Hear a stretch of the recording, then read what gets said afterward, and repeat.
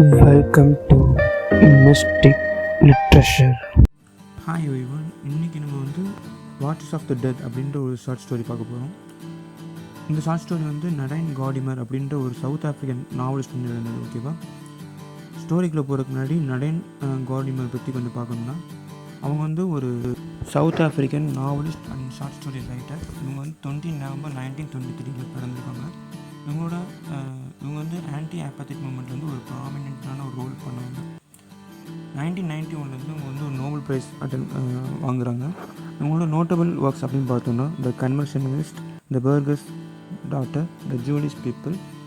இவங்களோட most of the ஒர்க்ஸில் வந்து moral and racial இஷ்யூஸை பற்றி இருக்கிறதுனால பல தடவை வந்து உங்களோட ஒர்க்ஸ் வந்து பேன் ஆகிருக்கு. ஓகேவா, இதுதான் வந்து உங்களை பற்றி ஷார்ட்டாக நம்ம பார்க்குறது. அப்புறம் வந்து இவங்க 13 ஜூலை 2014 வந்து இவங்க இறக்குறாங்க.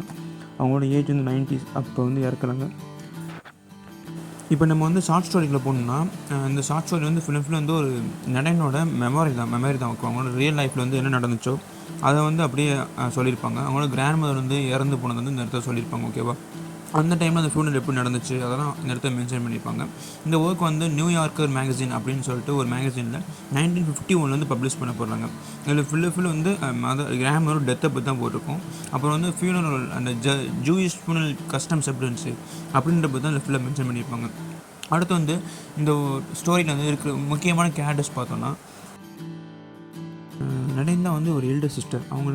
அவங்களுக்கு அடுத்து வந்து வில்லியம் அப்படின்னு ஒரு பிரதர் இருப்பாங்க. அதுக்கப்புறம் ஹெலன்ற ஒரு டாட்டர் இருப்பாங்க. ஹெலன்ற ஒரு எங்கர் சிஸ்டர் இருப்பாங்க. சரியா, நடைனுக்கு வந்து அப்போ வந்து 16 ஏஜ் ஓல்டு வரப்போ அவங்களோட வில்லியம்க்கு வந்து இந்த ஏஜ் மென்ஷன் பண்ணல.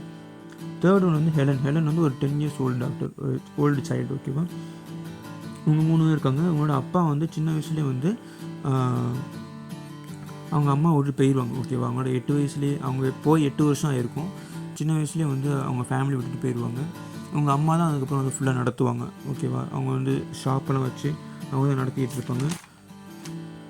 இப்போ வந்து அவங்களோட ஸ்கூல் டேஸில் என்னென்ன நடந்துச்சு அப்படின்றலாம் சொல்கிறாங்க. இவங்களுக்கு வந்து இவங்க ஜூயிஷ்னால் அவங்க படிக்கிற ஸ்கூல் வந்து கேட்சிகிசம்னா ஒரு கேத்தோலிக் முறைமைகள் எல்லாம் படிக்கிற ஒரு பீரியட். ஓகேவா, அந்த டைமில் வந்து கேத்தலிக்ஸ் எல்லாமே வந்து படிக்க போயிடுவாங்க ஒரு ½ அன் ஹவர். ஓகேவா, அந்த டைமில் வந்து உங்களுக்கு ஃப்ரீடமாக இருக்கும் அப்படின்னு சொல்கிறாங்க. அதனால் வந்து நான் ஜூயிஷாக இருந்ததுனால ரொம்ப பெருமைப்படுறேன் அப்படின்ற மாதிரி அவங்க சொல்லுவாங்க. அப்புறம் வந்து இவங்க என்ன தான் வந்து ஜூயிஷாக இருந்தாலும் அவங்க அம்மாவுக்கு வந்து ரொம்ப நாள் வந்து வெளியில் இருந்ததுனால ஜூயிஷ் கஸ்டம்ஸ் வந்து அவ்வளோ தெரியாது அப்படின்ற மாதிரி சொல்கிறாங்க. இவங்களுடைய ஃபேமிலி வந்து எப்படின்னா, இவங்களோட அப்பா இவங்க இப்போ ஜோஹன்ஸ்பர்கில் தான் இருக்காங்க. ஓகேவா, அந்த இடத்துல வந்து உங்களோட சுற்றி வந்து என்னென்ன ரிலேட்டிவ்ஸ் இருந்தாலுமே அவங்க ரிலேட்டிவ்ஸ் எல்லாமே வந்து அதிகமாக வந்து ஜோஹன்ஸ்பர்கில் இருக்க மாட்டாங்க. அடிக்கடி வந்து பிஸ்னஸ் விஷயமாக வெளியே போயிடுவாங்களாம். அந்த மாதிரி தான் அங்கிள் ஜூலும். ஓகேவா, அவங்க வந்து வெளியே போவாங்க, அப்புறம் வந்து எப்போயாவது வருவாங்க, அவங்களோட ஃபேமிலி அரேஞ்ச்மெண்ட்லாம் பார்ப்பாங்க. இதுதான் வந்து அங்கிள் ஜூலோட வேலை. இப்போ அவங்க ஃபியூனரல் ஸ்டார்ட் ஆகும். ஃபியூனரல் வந்து ஃபுல் வந்து அங்கிள் அரேஞ்ச் பண்ணுறாங்க. அந்த ஃபியூனரல் எல்லாமே வந்து ஜூயிஷ் கஸ்டமில் இருக்குது. ஆஃப்ரிக்காவை பொறுத்த வரைக்கும் வந்து யாராவது ஒருத்தவங்க இறந்துட்டாங்கன்னா அவங்க ஃபேமிலி மெம்பரில் எந்த ஒரு விமனும் வந்து கிரேவியார்டுக்கு வந்து அலோடே கிடையாது. ஓகேவா, ஆனால் அவங்க ஜூயிஷ் ட்ரெடிஷனில் இந்த ஃபியூனரல் நடக்கிறதுனால இவங்களாம் அலோவ் பண்ணுறாங்க. இவங்களாம் அந்த கிரேவியார்டுக்கு அலோவ் பண்ணுறாங்க. அப்போ அந்த டைமில் வந்து அங்கிள் ஜூல் வந்து ரபி அப்படின்னு ஜூயிஷ் ப்ரீஸ்டப் எல்லாமே வந்து ரபின்னு தான் கூப்பிடுவாங்க. ஓகேவா, அவங்கள கூப்பிட்டு வராங்க. அவங்க தான் வந்து அந்த ஜூயிஷ் கஸ்டம்ஸ் படி எல்லாம் பண்ணி எல்லா ஃபியூனரல் எல்லாம் நடந்துகிட்ருக்கு. அந்த டைமில் வந்து இந்த நேரட்டு சொல்கிறாங்க, அந்த ரபியோட அந்த ஜூயிஷ் ப்ரீஸ்டோட அப்பியரன்ஸ் எப்படி இருக்குது அப்படின்றதெல்லாம் சொல்லிட்டு இருக்காங்க. ஓகேவா, அவங்கள வந்து இப்போ அவங்க வீட்டில் தான் வச்சுருக்காங்க. மெயினில் அந்த டெட் பாடி வந்து கீழே வச்சுருக்காங்க. அதான் ஜூயிஷ் கஸ்டமாக. ஓகேவா, கீழே வச்சுட்டு அதை சுற்றி என்னென்னமோ பண்ணுறாங்க, நிறைய பண்ணுறாங்க. அதெல்லாம் அந்த நெரேட்டர் வந்து ஓனாக பார்த்துட்டு அதெல்லாம் டிஸ்கிரைப் பண்ணிகிட்டே வராங்க. சரியா, அப்போது ஒன் பர்டிகுலர் டைமில் வந்து அங்கிள் ஜூல் என்ன சொல்கிறாங்கன்னா, நம்ம வந்து வாட்சஸ் ஆஃப் த டெத், இந்த வாட்சர்ஸ் வேணும் அப்படின்னு சொல்கிறாங்க. அப்போ உடனே வந்து அங்கே மதர் கேட்குறாங்க, எதுக்காக வாட்சர்ஸ் வேணும் அப்படின்னு கேட்குறாங்க.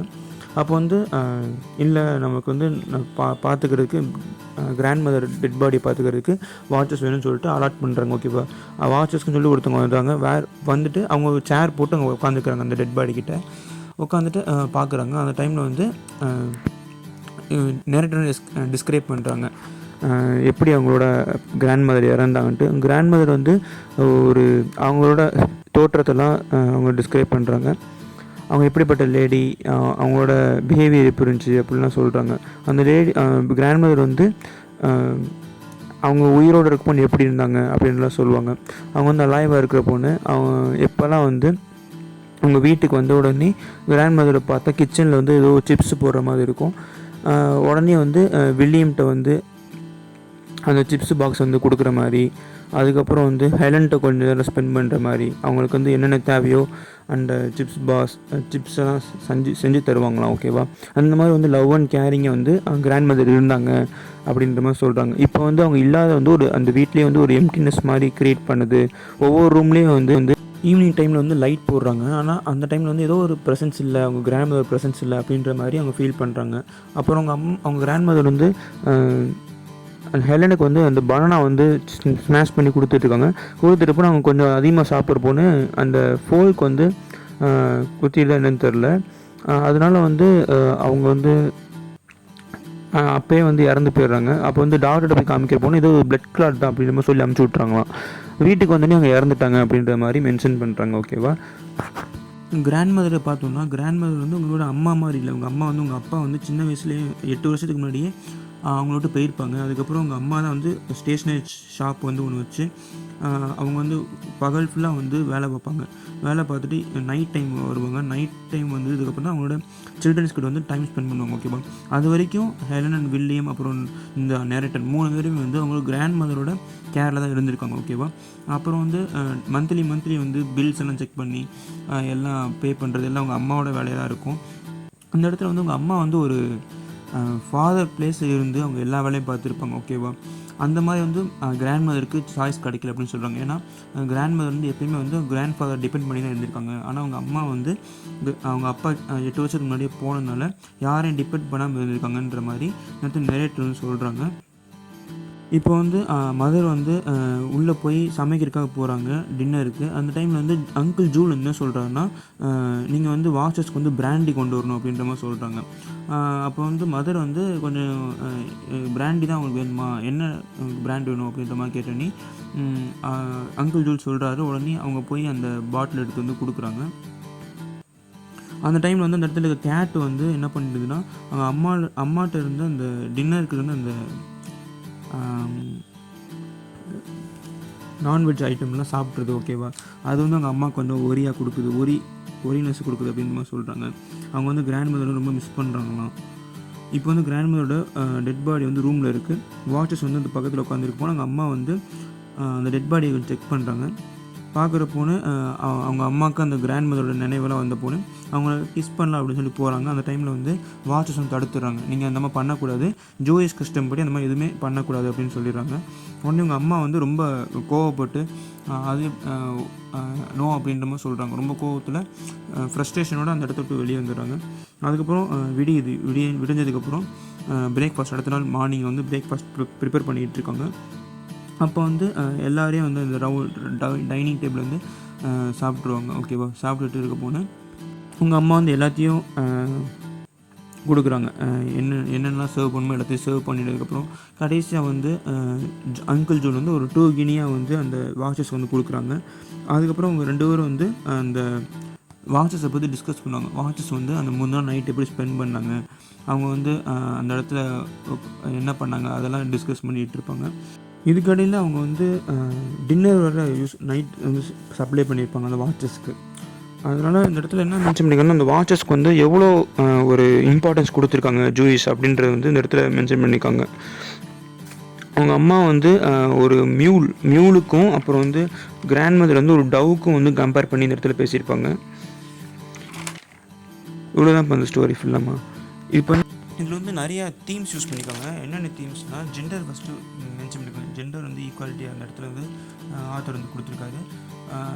இதை பார்த்தோன்னா அவங்களோட அம்மா நரேட்டரோட அம்மா வந்து ஒரு ஷாப் எடுத்து ஓன் பண்ணி அவங்க வந்து ஒரு அப்பாவாக அவங்களோட ஃபேமிலிக்கு என்னென்ன பண்ண முடியுமோ அந்த மாதிரி அந்த அப்பாவோட பிளேஸையும் வந்து உங்கள் அம்மா வந்து எடுத்துகிட்டு அந்த ஃபேமிலிக்கு வந்து மந்த்லி தேவையான எல்லாமே செஞ்சுருக்காங்க. ஓகேவா?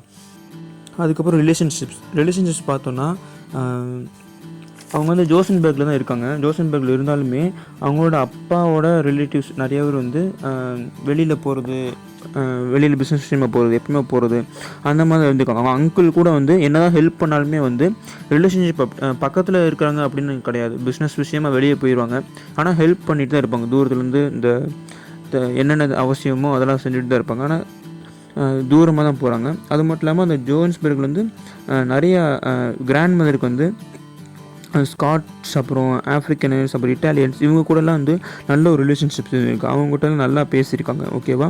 அது மட்டும் இல்லாமல் உங்களுக்கு சில்ட்ரன்ஸ் வந்து பார்த்தோன்னா 3 பேர் வந்து கான்வென்ட்டில் தான் படிச்சிருக்காங்க.